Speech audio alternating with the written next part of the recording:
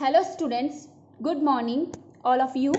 Today we will read chapter first in science, that is nutrition in plants. यानी plants के अंदर nutrition कैसे होता है, वो अपना फूड कहाँ से लेते हैं, किससे लेते हैं, कौन से पार्ट से लेते हैं, तो ये सारा हम उनके जो न्यूट्रिशन का जो पूरा प्रोसेस है वो इस चैप्टर में हम पढ़ेंगे। जैसे कि आपको बुक के अंदर ये जो डायग्राम है वो दिख रहा होगा कि कॉटन प्लांट है, उसका स्टेम दिख रहा होगा, उसके ऊपर जो कॉटन लगे हुए हैं वो दिख रहा होगा और उसका फ्लावर दिख रहा होगा एंड लीव्स दिख रही होगी और रूट्स जो होती है वो उसकी नीचे की तरफ आपको अगर दिख रहा हो, ब्लैक जो ब्राउन कलर का पोर्शन है उसके अंदर दिख रही है। तो ये सारे एक प्लांट के पार्ट्स होते हैं। तो इस प्लांट के अंदर एक हमें नॉर्मल दिखने वाला प्लांट जो है वो भी फूड लेता है, उसको भी फूड चाहिए होता है अपनी ग्रोथ के लिए और डेवलपमेंट के लिए।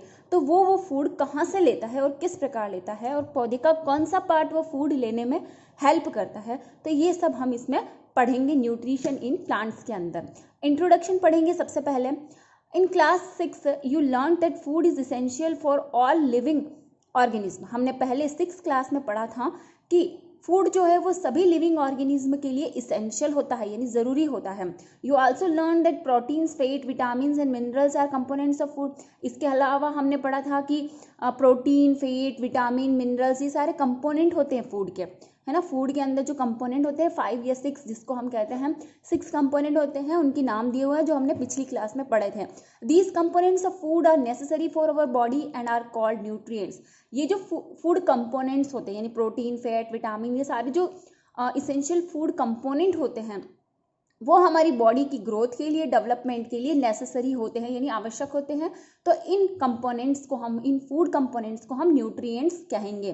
The process of taking in food by an organism and its utilisation by the body is called nutrition. यानी किसी भी ऑर्गेनिज्म, किसी भी लिविंग ऑर्गेनिज्म की बॉडी के द्वारा फूड को अंदर की तरफ लेना एंड उसका यूटिलाइजेशन करना, यानी फूड को बॉडी के अंदर लेना और उसका क्या यूज करना है, कैसे यूज करना है, उस प्रोसेस को हम न्यूट्रिशन कहेंगे। So the term nutrition refers to all activities included in obtaining food and its utilisation in body.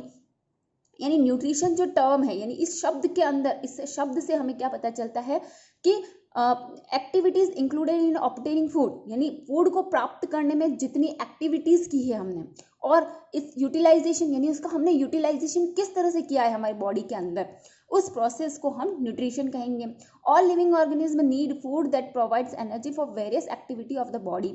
सारे लिविंग ऑर्गेनिज्म को फूड चाहिए होता है, क्यों? ताकि उसको क्या मिल सके, प्रोवाइड एनर्जी, उसको अपने बहुत सारे काम करने के लिए, डेली लाइफ के जो बहुत सारे टास्क होते हैं या काम होते हैं उनको, एक्टिविटीज को करने के लिए एनर्जी मिल सके।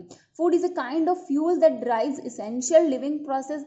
फूड क्या है? एक ईंधन की तरह है, यानी एक लिविंग, एक फ्यूल जो होता है किसी भी गाड़ी को चलाने के लिए, जैसे हमें पेट्रोल डीजल चाहिए होता है, वैसे कि हमारी बॉडी भी एक तरह की मशीन है जिसको चलाने के लिए हमें फ्यूल चाहिए होता है। तो वो हमारे प्रोसेस के लिए और केमिकल चेंजेस के लिए हमारी बॉडी के अंदर इसेंशियल होता है।